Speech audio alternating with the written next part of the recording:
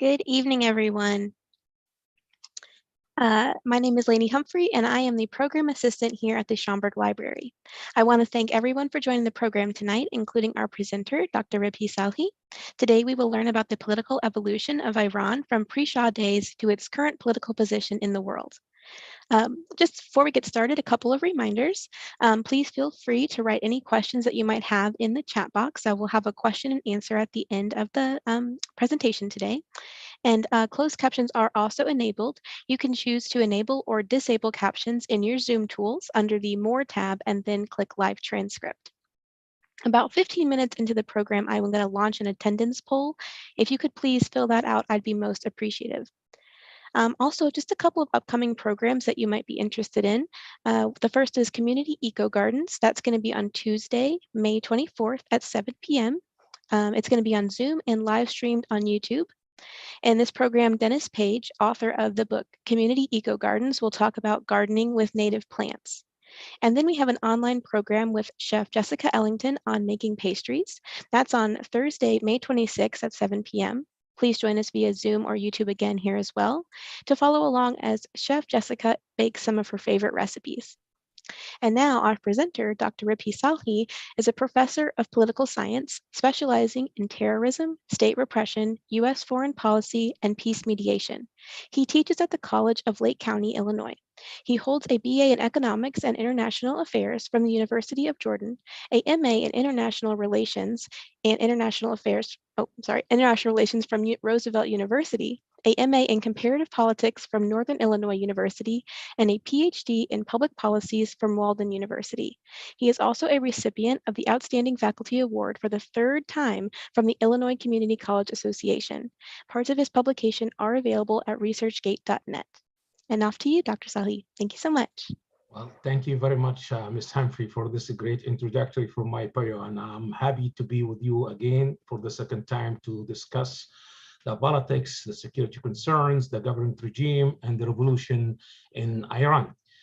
Please allow me to share with you my slide in this case, and I hope you've been able. Well, good evening, ladies and gentlemen. I'm Ribhi Salhi. I will be today your presenters for one of the most interesting nation states in the whole world. I call it the Islamic Republic of Iran. And a little bit about this kind of presentation. I've been teaching for the last 20 years several classes in Middle East politics and foreign policy, and in international relations and comparative government, and also United States foreign policy and national security. And lately, I've tried to put all this kind of work together in a way that will help us to understand what's going on with Iran, or what's going on between the US and Iran.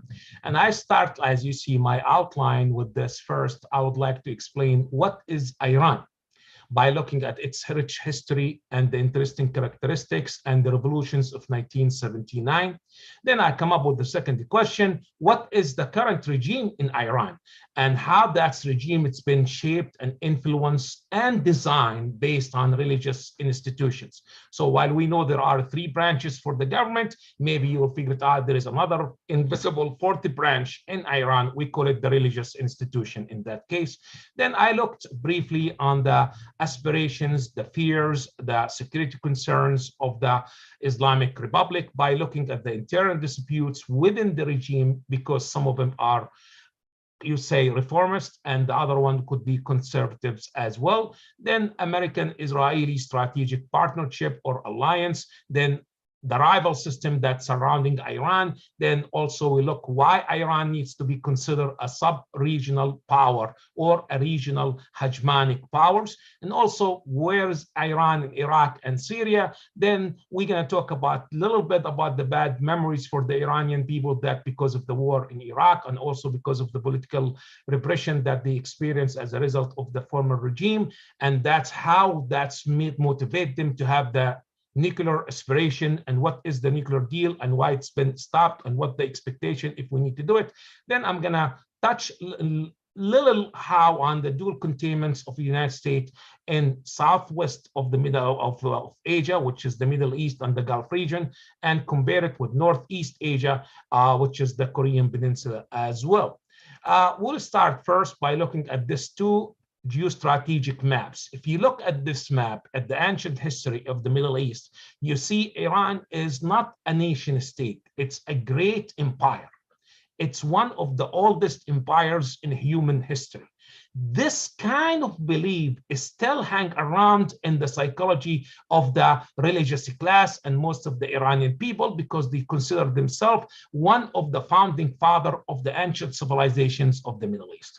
Now, you take here into this side, this geostrategic map, you find Iran, it's okay, only a nation state republic, not a great empire. So Iran historically consider Iraq and the Gulf nations, including Afghanistan, including the sub-region of the Caspian region, is part of the missing empires of Persian Empire. So Iran has history for being not only a one nation state, but also a great empire. And that's why they want to influence the politics in the Middle East. And that's an explanation why they are involved in Syria, why they are involved in Iraq, in Yemen, in Libya as well. Now, you now looked inside into the demographic structures of Iran, whether it's a religious one or ethnic one. You find Iran is combinations of multi-cultural society. Here is the Farsi people, which is more than 20 million. And down southeast, you find the Baluchi people. And southwest, you find Arabic people. And you find also at the north part, you find the Kurdish people. And you find some in the far north, you find the Aspirations and also other ethnic groups. So Iran itself is not a homogeneous nation state. It's combinations of multicultural society. And the majority, the most dominant religious sect here is the Shia's religion. And the most dominant language there is the Farsi language. And does it mean there is no other languages there? No, they do, but the people over there could be multilinguals or bilingual as well. And that's what we have from here. So they are the heart of the Shia's Muslim world, like Saudi Arabia is the heart of the Sunnis Muslim world. Iran is that as well. And that's considered like kind of religious rival competition system between these two nations. Now, I go now in a little bit to discuss either the characteristics of Iran from historical point of view and also from the modern situation. So Iran, it's considered, it's a great Persia, has boundaries around the two rivers in Iraq, also the Caspian region, where we could see Georgia and we could see Armenia and Azerbaijan, and the Gulf nations, which is, see you get Oman's, United Arab Emirates, and all the little tiny islands over there, and somehow also in Afghanistan. And Iran, it's proud itself for calling it's a nation of four revolutions. The first one happened in 1906 to 1911, where we start to have constitutional democracy. Then the second one, when they the government in 1953 nationalized the oil industry, and that's led to have foreign interference by the British and the United States to overthrow the elected government. And also the White Revolution, that's when the regime decided to modernize the nation and to make it a global leader or a regional leader with its modernization, and that's created a religious rage as well. Then finally, the Islamic revolutions of 1990, 1979 that changed all the perspectives of political sociologists to understand the revolution. So most of political sociologists that to study the French revolutions, the Chinese revolution, the Russian or the Bolshevik revolutions, they did not put the religion as a big factor for the revolution, because when the Islamic revolution Iran took place, it was motivated as a result of the religious rage, nothing else. Yes, it was a bandwagon with so many elements, but the religious rage was the dominant force as well. And Iran, while in the West been considered an authoritarian system, they call themselves a religious democracy, relies on the vilayat of faqih. It's mean the religious scholars teaching to create the political system and also to ensure that political system doesn't violate the Sharia law, which is the fundamental foundation of the Islamic religion as well. And also Iran, as I explained a while ago, its multi-ethnic society has people from the Azers, the Kurds, the Arabs, the Farsi, the Baluchi, and other minorities, including the Zoroastrians, the Jewish, and beyond. And Iran, as a result of the revolution, it has been considered a dilemma on the region and a dilemma of the West. They've been under economic sanction and they survive. And also, doesn't matter how much they've been challenged by the US, it's considered they challenged the US back in that case. So this is the most interesting characteristics for the system in Iran that's attract us to study. Now, what is the revolution? Revolution is a bloody force for regime change. All political sociologists agree in that text. When I studied the structural theory, or the Marxist theory, or the systems theory, or the frustrations, aggressions theory to understand the revolution, all of them, they give us good explanation. But I'm happy that a friend of mine who is sitting with you, ladies and gentlemen, Dr. Christopher Newman from Elgin Community College, and a good colleague from Illinois Political Associations and Midwest Political Association, we've been lately working on a special model to understand the revolutionary processes. And I came up with some theoretical explanation for this one by identifying the following steps. First, we will experience foreign interference. And that's foreign interference will lead to have public frustrations. Even though there were some public demands, still they're kind of like uncomfortable situation led to have this kind of foreign interference. This will lead us to the second step of the revolution, where you will experience a state repression. Political scientists define state repressions by using systematic methods to quell or to get rid of the opposition's group. So I look at state repression as a rival system between the government or the regime and the opposition group that will lead to have a civil violence. And that was the second step in that case. Then you go for the third step here, the regime itself experience a crisis, and that will lead into disunity, and therefore the regime will lose its legitimacy and will lead up into the new step, which is regime change. So these are the steps of the model that I've been working on it with Dr. Christopher Newman to understand revolution. Doesn't disagree with the other models to understand revolution, but I found out it's a new way to add it up to the lat review and to understand how this revolution. So take these models, take this model into the real situations of the Islamic Revolution of Iran. So when we talk about the foreign interference, first of all, everybody in the US, and what I have noticed when they study the Islamic Revolution, they start to talk about the events of 1970. And with all due respect for those scholars, I say that's a wrong start. The revolution in Iran didn't start in 1970. It goes in 1950s, exactly when the Mossadegh regime was overthrown by the military with help from the CIA and the British military service or the British Secret Service in that time. And what was the problem?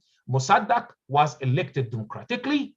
He did not reach agreement with the oil industries, especially the foreign companies, and therefore he nationalized the oil industry, and that was considered a threat for the oil industry, and more particularly for the West. From that event, we had a professor in the United States who was considered neo-Marxist. His name, Emanuel Wallerstein. He created the world system theory to understand foreign interference for economic reasons by calling the core nation, the semi-periphery nations, and the periphery nations. Iran is the periphery because it has the natural resource, and the core nation is the Western democratic societies where they need to maintain absolute hegemonic economic control over third world nation, and Iran in that time was part of it. So this is what upset the religious class in Iran, and public went on the street, and the military had to take a military action against them, and therefore eventually they control the situation, and the Shah regime was completely restored, who was very young fellow. Then the government of Iran in the 1960s adapted something they call it the White Revolution, which is mean to modernize the nation and to win the heart and the support of the disadvantaged peoples in the countryside, and in the same token to politicize, okay, the wealthy class and to be loyal to the regime. The White Revolution, technically speaking, and fundamental examination of it, it's aimed to control and undermine the ulama. Ulama, it's an Arabic word, mean the religious scholars, the clerics in that time. And those clergies, they weren't happy with the White Revolution, and they consider it's a way to westernize Iran and undermine the Islamic and the cultural tradition of the nation in that time. So that's led to have a clash between the regime itself and also between the rest of those people, including the religious class who disagree with the elements of the White Revolution. Now that's led to 1970s when that when the tensions between these two forces became very, very strong, and that's where we start to have a bandwagon. Other forces weren't happy with the Shah. They form alliance with the religious groups in that time, and they unite each other together, and the government use methods unacceptable methods to get rid of all those rivals for elements and oppositions group. The tools for the government was the SAVAK, and according to some sources, the SAVAK trains by the CIA how to interrogate and how to arrest and how to treat all those prisoners. So the human rights in Iran became very, very, very bad in that time, which is the Carter administration asked the Shah regime to ease a little bit, to slow down and try to speak with the opposition group, but that was too late. And eventually, okay, the Islamic Revolution took place on the streets. So by fall 1978, it seems the nation was in a state of chaos. And that's what ended up to terminate the monarchy and to create a new republic called the Islamic Republic of Iran, exactly on February 1st, 1979. So what we need to conclude out of this kind of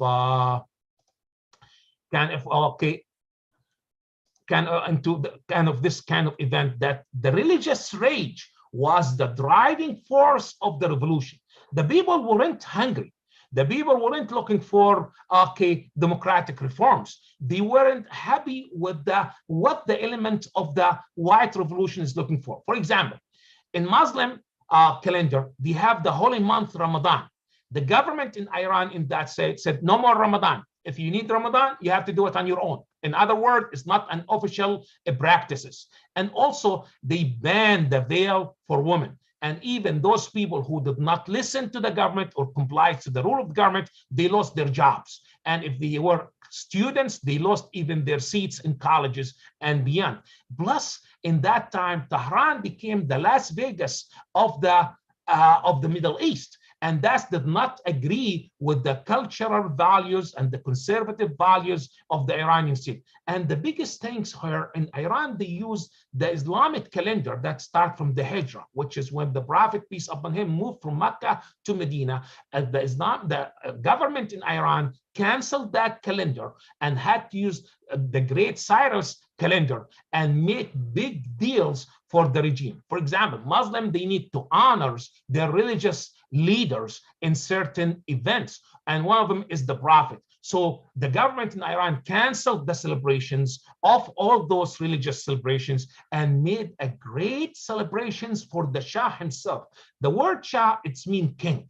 In Western culture, it's mean king. And in Iran and India, it's mean king as well. So he used to brag, he used to celebrate in his birthday, and he used to celebrate in Great Cyrus Day and beyond. So in other words, more secular holidays became into the Iranian cultures, and that did not agree with the religious class. Add to this, other forces weren't happy with the government was going on in terms of cultural and economic and political events. So this is a brief explanations for the model that I've been working on to understand the revolution. And I go over here to give a better look for the timeline, how it's Iran or what's happened with Iran for the last 100 years. Now, you're gonna be surprised.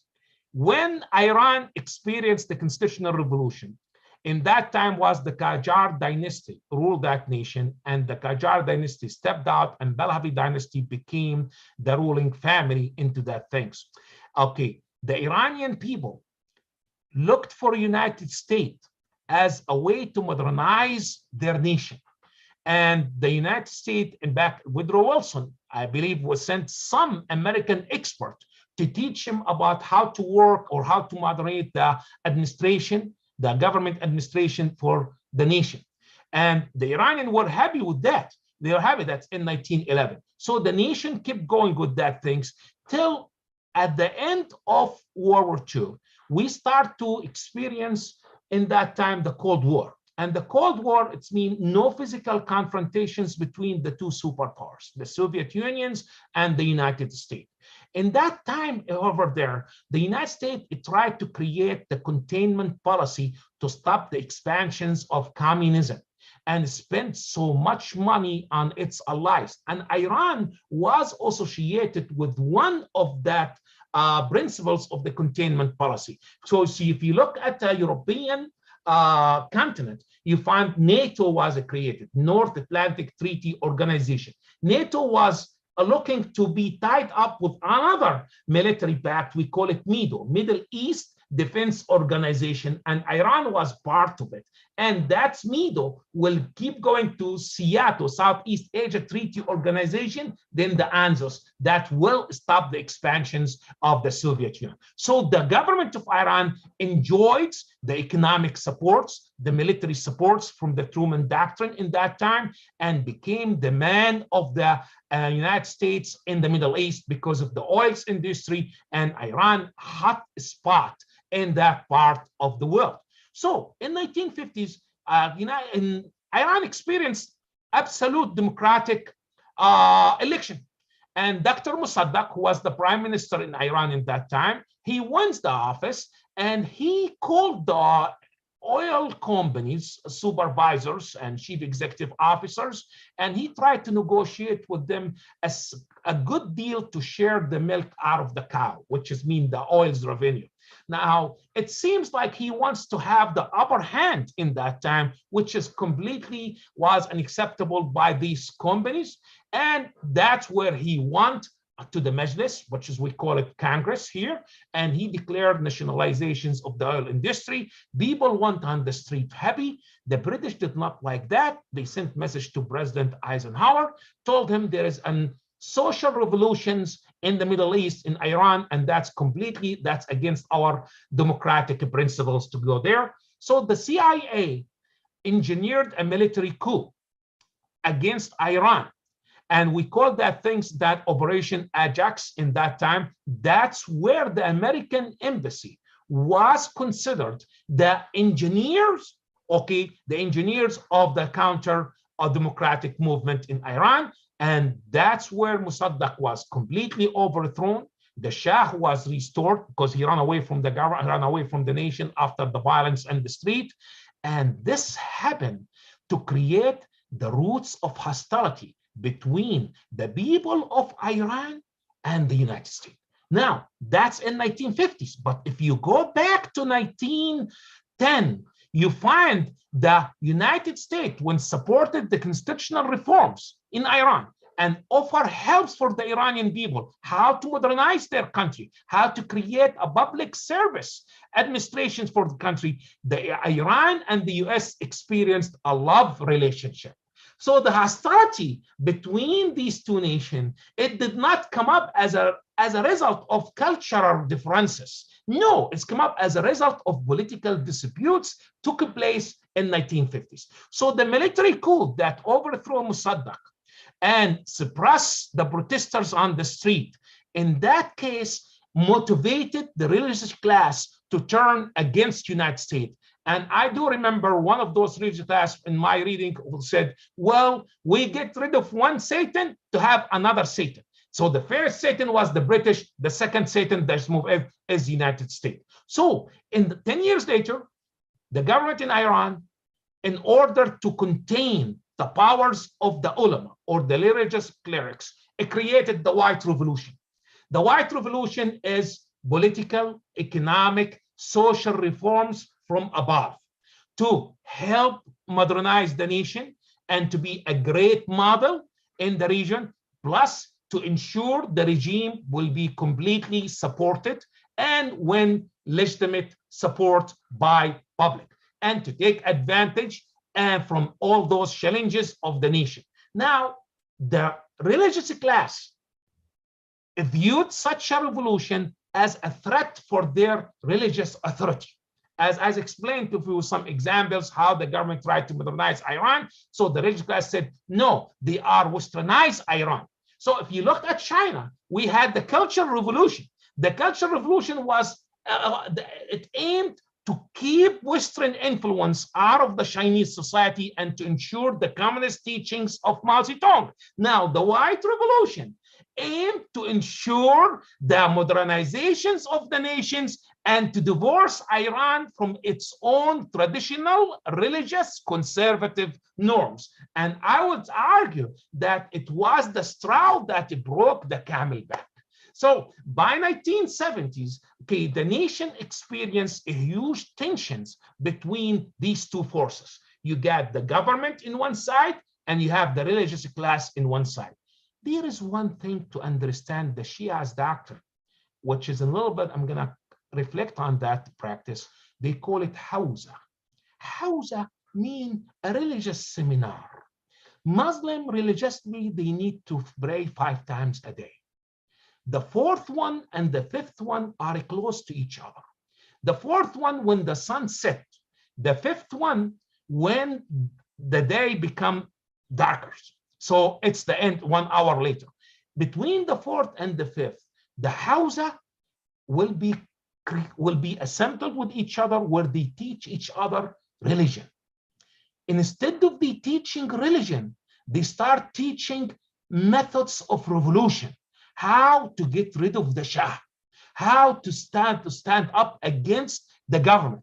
In other words, the religious leaders that they have, the one who had this big Hausa and the members of his Hausa, they have their own Hausa back home. Like we have one big Hausa in north side of city of Chicago with 10 people members, and each member has its own Hausa in his town, like the west side, the south side, the east side, the suburb, and beyond. That Hausa became the revolutionary cell. And instead of you study religion and the Shia's doctrine, you start to be religiously motivated to go to carry the gun and violence against the government. Because in Muslim religion, there is something saying the best form of jihad when you stand up against tyranny. That's it. This form of jihad when you stand up against tyranny. So for them, the Shah and his regime and his supporters made tyranny. And that's why they called the Islamic Revolution, okay, revolution of dispossessed, mean there is a religious, humanitarian, and also moral justification. There are a religious, humanitarian, and moral justifications for violence.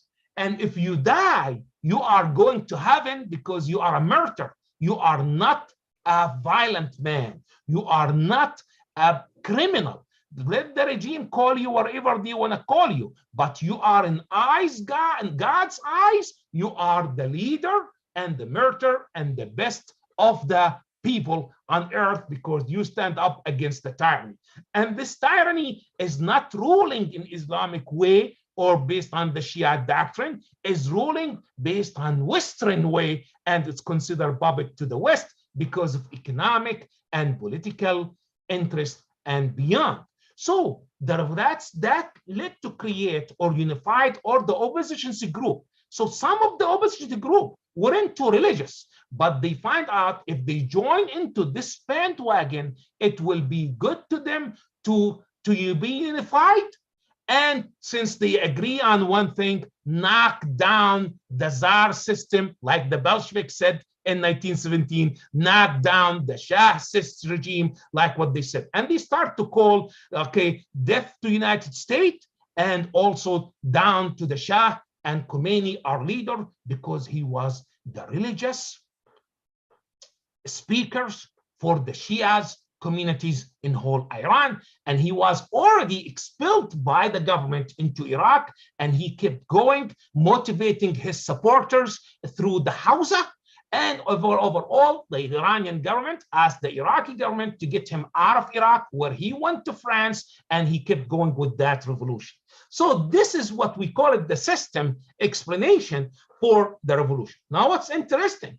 So when the Shah by fall 1978 lost control and the regime itself started to experience internal crisis, not everyone was happy what was going on, and everyone started to find his own, looking for his own way to find a solution for that mess and that crisis here. Khomeini was able to speak to his protesters. Do not fight with the military forces.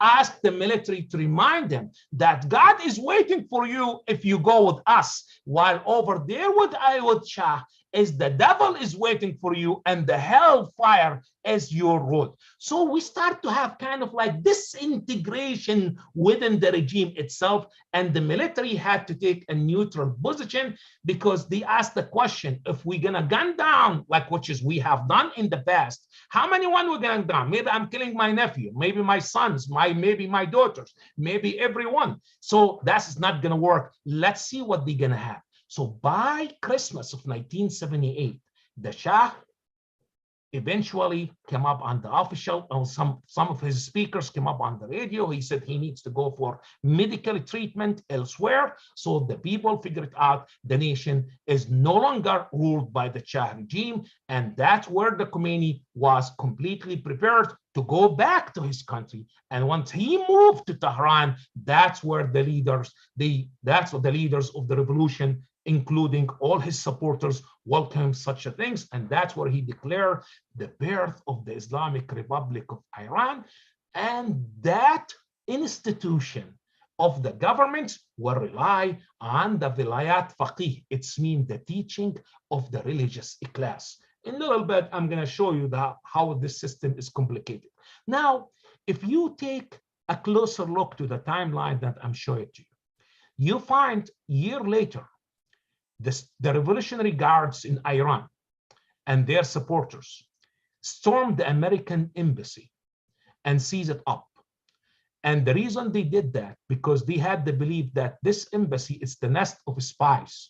And that embassy back 20 years earlier or 25 years earlier was the nest who engineered the military coup.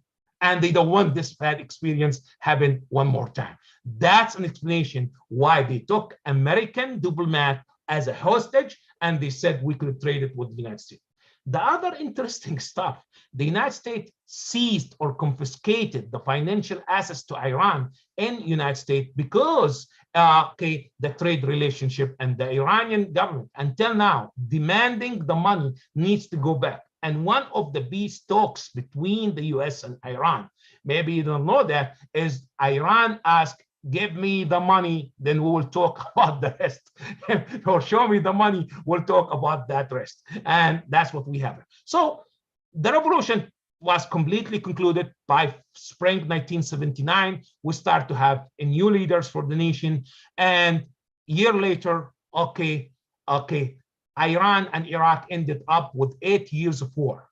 So the Iranian people, including the religious regime, consider that war a proxy war, that Iraq is fighting on behalf of the West in one hand, and the agents of the West in the Middle East, like Saudi Arabia, Jordan, Egypt, the Gulf nations, and beyond. One thing, when Khomeini came up to power in that time, he called to export the revolution.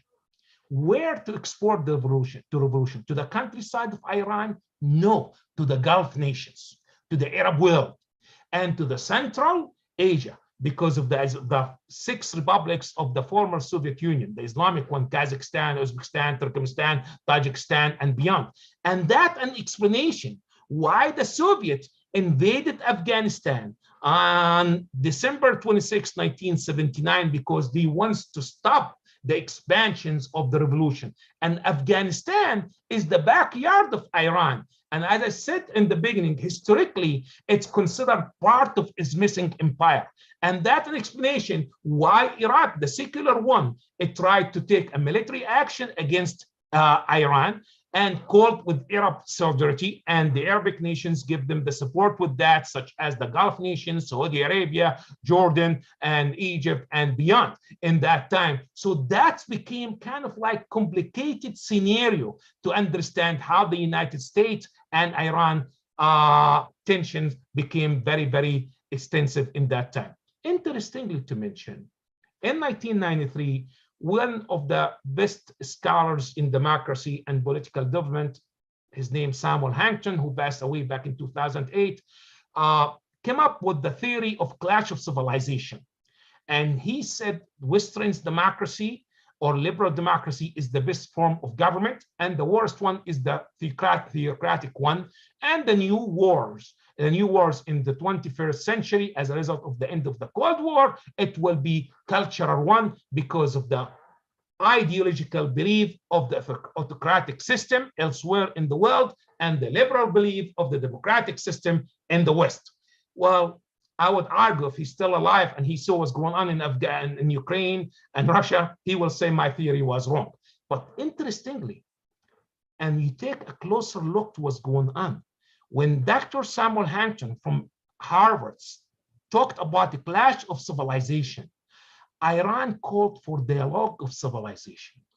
If President Khatami, he was a president in Iran from, I believe, 1997 all the way from 1997 till 2005, 2006.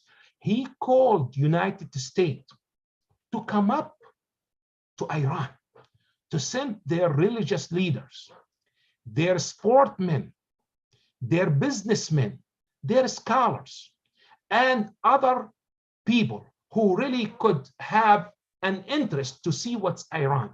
And he went to Assembly of Experts in Iran, which is the highest government institution, informal government institution in Iran, and asked, and he told him there is a better way to deal with the West if we have kind of like dialogue engagement with them. Sadly, when George W. Bush made State of the Union speech back in 2002, what did he call Iran? Axis of evil. Those leaders or the members of the Assembly of Experts were behind the defeat of Khatami policies and views how to deal in the West. Now, take a closer look after that. Ahmadinejad presidency came up, and he was a hardliner. And he's the one he called, said, I'm going to wipe Israel from the Middle East. I am going to keep going and challenging anyone from the United States and keep supporting all those terrorist organizations or the jihadist organization in the Middle East. Then Rouhani came up in 2013, and that's where this guy was able to engage with the United States with the new deals of Iran. Then currently we have Riasi, Ibrahim Riasi presidency, who really a hardliner. Now, I would say one thing. The president of Iran is, with all due respect for their government system, is nothing, is powerless, completely powerless. Now, we will go to the second question here in a little bit. Who govern Iran, or what is the regime? Now, you see in this picture, that Hausa, that's where the religious students sit together around their religious leader. We call them imam, and that's where they learn about religion and the teaching of the Ayatollah. Ayatollah, it's a title, like a dean in university. Okay, that's in the dean university. That's the cell revolution, was the story of the Islamic revolution in Iran. Now here, you see that in fall of 1979, when the students were protesting, the at the main squares of Tehran, where's the parliaments and other government offices, and they call themselves the leaders of the revolution of dispossessed, where we have religious justifications for their action. Now, this is going to take me to ask, what is the regime in Iran? And now, how could we understand the government? I think, and this is the most important part, and if we have a time, we're going to see a little clip for this. The only American president was able to understand what's inside Iran. It was President Barack Obama when he made the speech to congratulate them on their Nowruz holiday, which is the spring holiday, comes in March, by asking the leaders of Iran. Now, who are the leaders of Iran? Is it the president? Is it the supreme leader? In the presidential system, we have the head of state and the head of the government is in one position, which is President Joe Biden. So head of state because he represents the nations abroad. Head of government because he create his cabinet and take it to United States Senate to approve it for him. In Iran, that's no. The head of the government is the president.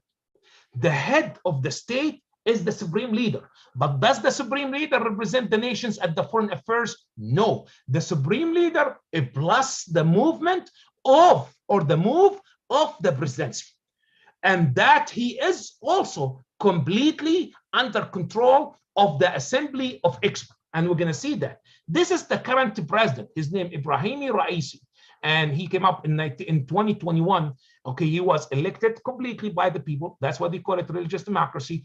And he is very, very hardliners, because he listened to the other leaders behind him. Now look at this kind of shape. So the state political institution, I'm talking about the three branches of government. And the state religious institution, I'm talking about the upper hand of these institutions over the state government. And I'm talking about the power of the ulama, because those guys, they could influence the people. I call the power of the ulama, it's the power of the mother that influenced the children to listen to her. When the mother is still alive, put the kids together. If the mother passed away, all those kids will be on their own way and they will be away from each other. This is what's in Iran. What's put all those together is the religious, okay, or the ulama mobilization. This is the supreme leader, which is the Hafsid. Let's see it technically how it's. See this shape over here, okay? It's not going to help me to understand what's going on. Let's go elsewhere. Now, in that case, here what's where. Iran has a people who really could participate in voting. So the voting age is 18 years old, like everybody else, for men and women. Like we have the 26th Amendment to the United States Constitution is saying once you are 18 years old, you could vote. These people, first of all, they vote for their Congress. Iran has unicameral assembly. We call it Majlis. Majlis, an Arabic word, we will sit together. It's the parliament.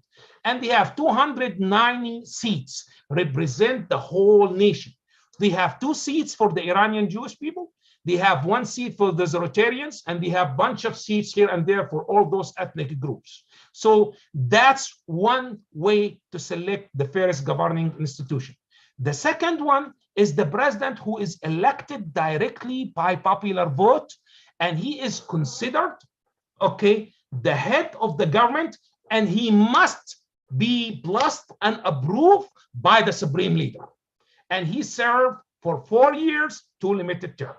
Now, the third type of the election, you could serve them the electoral college, but it's not actually in the way that we believe. That's the assembly of experts, and those guys are 86 persons, served for 8 years.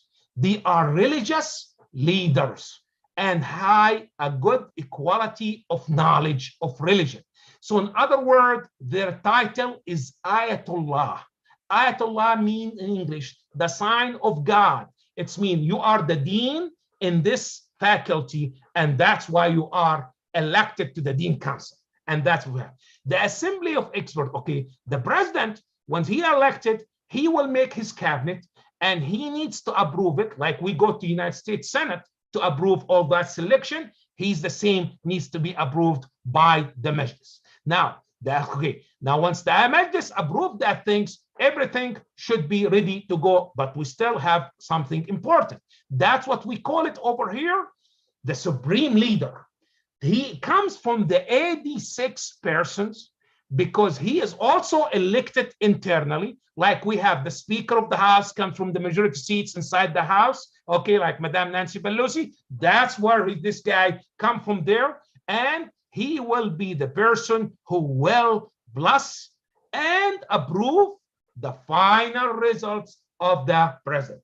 What if he doesn't like the president? They don't wait for this moment. No, they could influence the religious class and the Hausa not to vote for that candidate, vote for the other candidate, because one of those candidates, we don't like him, we like the other one. This is what brought Ibrahim Raisi in the power of Iran. Now, the other interesting part, the supreme leader could also create the Council of Expediency. And those guys are there to ensure if there is a problem or to solve a problem took place between the Guardian Council and also the cabinet. So now those guys here over here, the Guardian Council, are religiously educated. And when the Majlis creates law, they will ensure that Majlis doesn't violate the teaching of the Sharia, and more particularly the teaching of the religious leaders, Ayatollah. So they oversight what the Majlis has been doing, like they have checks and balances and separations of power. If there is disputes between the Guardian Council, which is the other 12 members selected by the supreme leaders, they could go to the Council of Expediency to ensure or to rule out that dispute, as if you're going to the Supreme Court to rule out any disputes between the national government and the state government, or between two entities within the United States. So you would argue that the Guardian Council in the United States represent the supreme law of land, which is Article 60 United States Constitution. That's mean they represent the powers of the Sharia, and that's any law comes from the Majlis, any move comes from the president. These guys, they want to look at it and they want to talk about it, and if they need to approve it, in that case, it will go on. If they don't approve it, we have one more round of talk, which goes to the Expediency Council, and that's will be the final resolution. Now, where is the Supreme Court? The Supreme Court, they call it Qadi. They have one justice to rule out the disputes at the whole nation level. Has nothing to do what's going on. But what about the supreme leader? What he's doing? He is the second powerful governing institution. Excuse me. So what are the three branches? Well, here is the legislative branch. That's the Congress. Here is the executive branch. That's the presidency. And here is the Supreme Court. That's the justice. Okay. Now, that's one are controlled by the power of the Guardian Council. And the power of the Guardian Council relies on the power of the supreme leader, and the power of the supreme leader comes from the Assembly of Experts, and the power of the Assembly of Experts is completely legitimized because come up from the people. This is the meaning of the religious democracy in Iran. It's very, very complicated. It took me a number of times to understand it. Now, you move forward a little bit over here.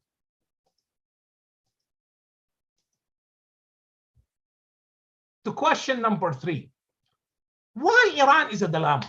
Well, to understand this, we need to understand what are the concerns, the fears, the aspirations of the Islamic Republic. They've been in power since 1979. That's mean for the last 43 years. And they somehow start to be recognized by elsewhere in the world. And the agreement with them or the negotiations with the deals of the nuclear powers is just kind of sign for that kind of recognition.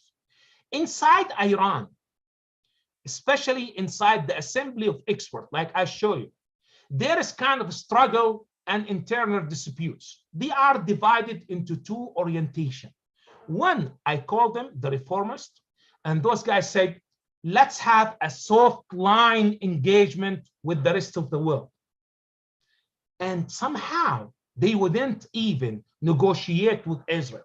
If they are saying, if the Arabic countries start to normalize relationship with Israel, if the Palestinians themselves start talk with the Israelis, why we cannot do like this?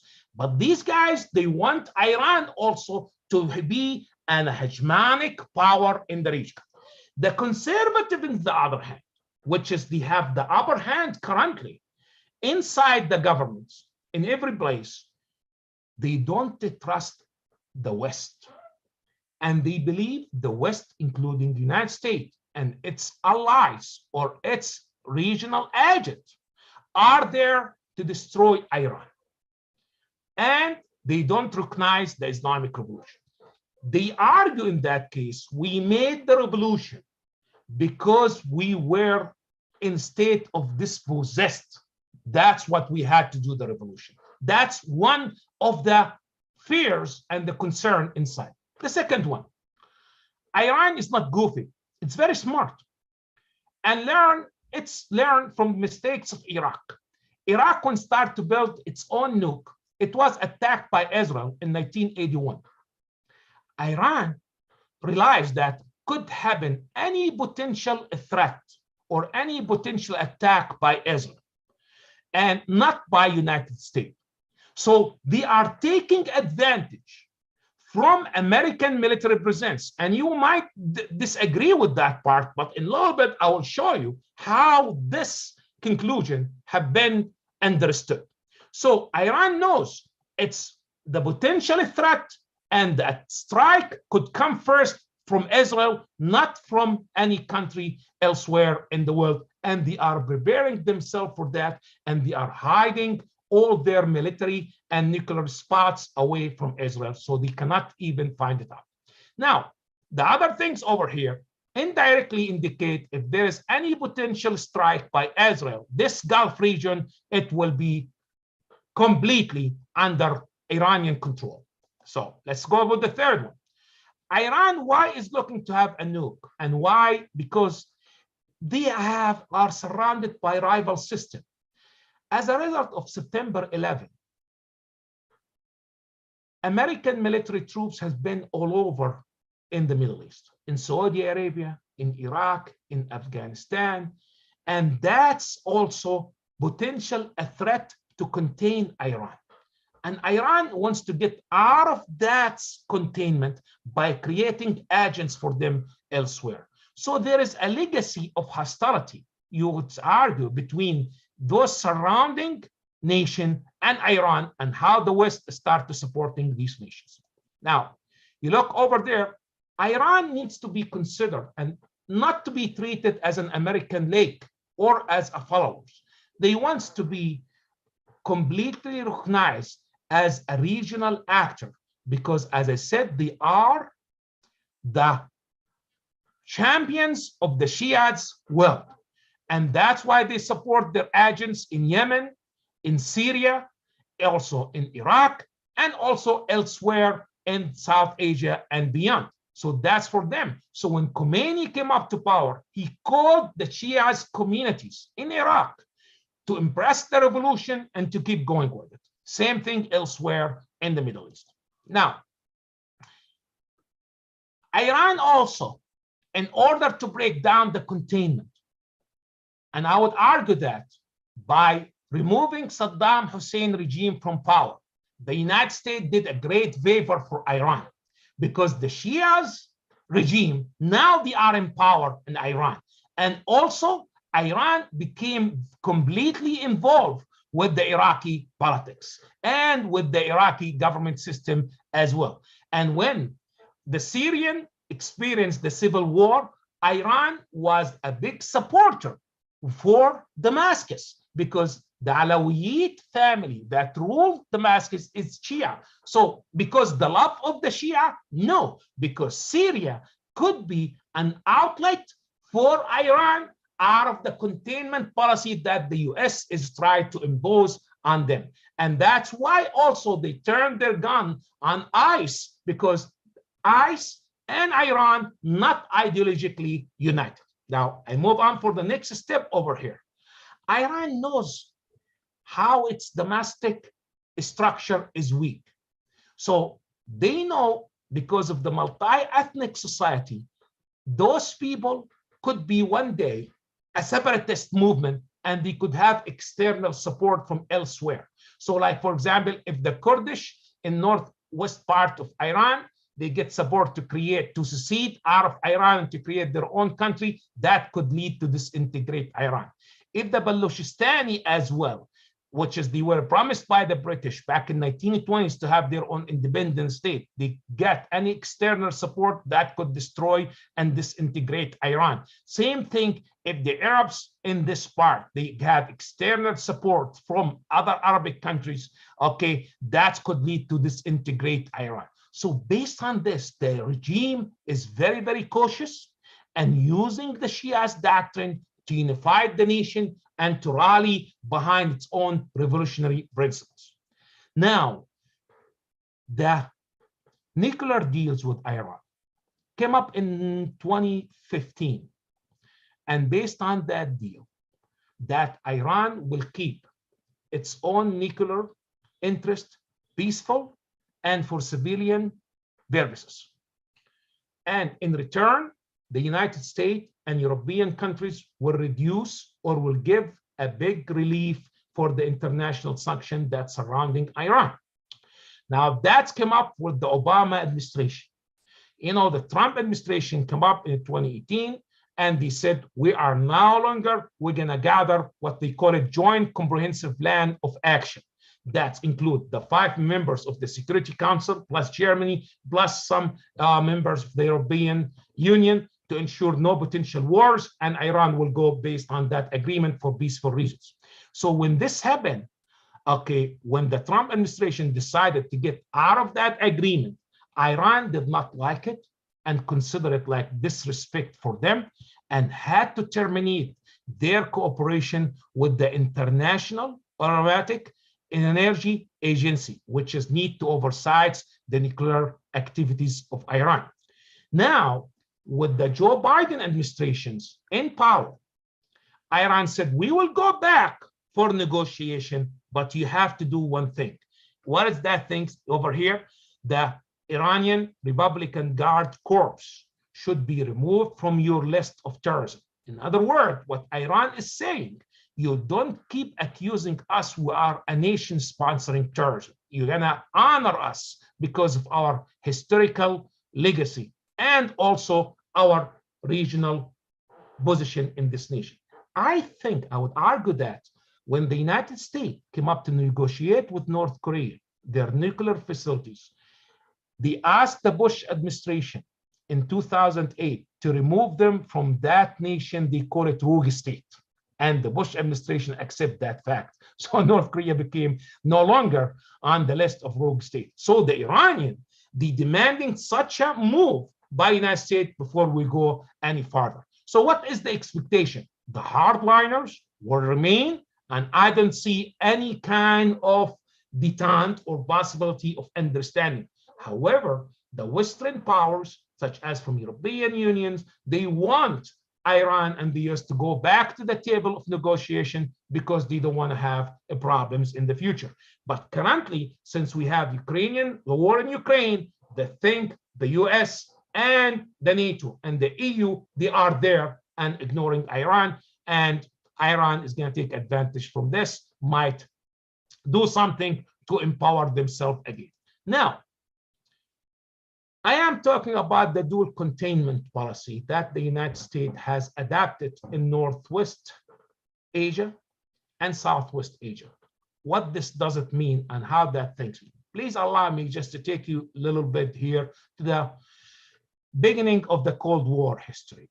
Now, this is Northeast part of Asia. We call it the Great Crescent. And this is the Southwest part of Asia. We call it the Vertical Crescent. And these names came up from the Truman administration back in 1950s. So how these things works in United States foreign policy. Now, you take these things into geostrategic interest. What do you find? In Northeast Asia, and Southwest Asia. In Southwest Asia, we find rival system, and all those countries, they are not on the same page to each other. Iran and Iraq had 8 years war. Israel is not feeling comfortable with Iran nuclear interest. The Gulf nations are afraid from Iran. And to some extent, the Iranian government doesn't recognize the Gulf nations as a nation state. In fact, they consider them a part of their missing treasures, like China considered Taiwan as well. Now you go to Northeast Asia and the Korean Peninsula, you find the following: a rival system between Japan, the two Koreas, and China as well. And all of us, we know about the wars that took place. The Japanese invaded Taiwan in 1894, invaded China in 1930s, had a war in occupied the Korean Peninsula in 1910 and beyond. Now, the American military presence in the Middle East or in Asia created something we call it dual containment. Meaning, in Northeast Asia, we will maintain the status quo. So the Japanese are completely protected by American military presence. So the Korean, they are not going to attack. Nor the North Korean or the South Korean will attack each other because the American military presence is there and keep them away. China is enjoying the presence of the military for the American military there because that will ensure neither Japan nor the Korean will have physical confrontation. And if there is a physical confrontation or if there is a unifications between the Koreans, it's mean a rival system for China and a main threat for China, and Japan might remilitarize itself, and that's revive the hostility between these guys. And the best way to have the United States there, and that will contain all those rival powers. In other words, the US is the babysitter here. Take this drama or this scenario of security into the southeast or southwest part of Asia. Iraq, after regime change, will never attack Iran because the US is there. And Iran will not attack the Gulf nation nor Iraq because of the US is there. So is the best way is to maintain the status quo.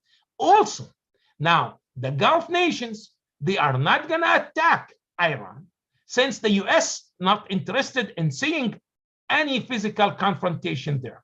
And also, we could argue with that Israel is not going to go take a military action against Iran because the US is there, and the consequences on the Iranian end will be very, very bad. So having the American military presence in the Middle East, it just actually generate more benefits for Iran, like it generate more benefits for China. That's the principles of the dual containment to maintain the status quo without going to war or without going to peace. This is what's going on. Now, you move on to just some of the American presidents. How did they view Iran?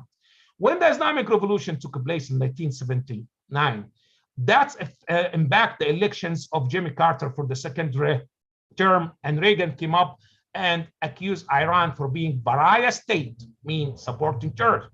Now, the Clinton administration called it a rogue state as supporting terrorism and seeks of weapons of mass destruction and causing a threat. The Bush administration called them, alongside with Iraq and North Korea, axis of evil. President Barack Obama, he was the only American president when he called the Islamic Republic of Iran. Now, unfortunately, I don't have that much time. I would like to play that clip, but in that clip, President Barack Obama, he called the Iranian leaders. He did not call the Iranian president. The Iranian leaders are the members of the Assembly of Experts. They are the core of the decisions making that manipulate the supreme leader, who manipulate other governing institutions and tell the president what you're supposed to do. That's it for that things and this part of my references. And thank you for listening, and I'll be happy to have all your questions. Okay, Ms. Humphrey, I'm done from the lecture, and I apologize. I went about 10 minutes beyond my limitation. No problem. No problem at all. Do we have any questions, everybody?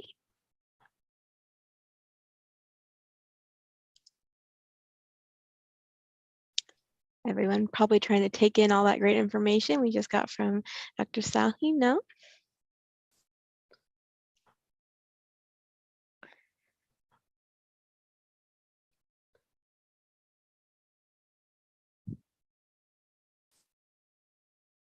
Alrighty, well then, that was amazing and so much information you packed in there for us. We all appreciate that so much, and we all, I think, enjoyed it. So thank you everyone for coming. Thank you so much, Dr. Sally, for this presentation. It was really informative and we really appreciate it. It's my pleasure. I'll be happy Hope to answer any everyone, question. yes. Well, everyone have a great rest of your night, and we hope to see you back for some more programs.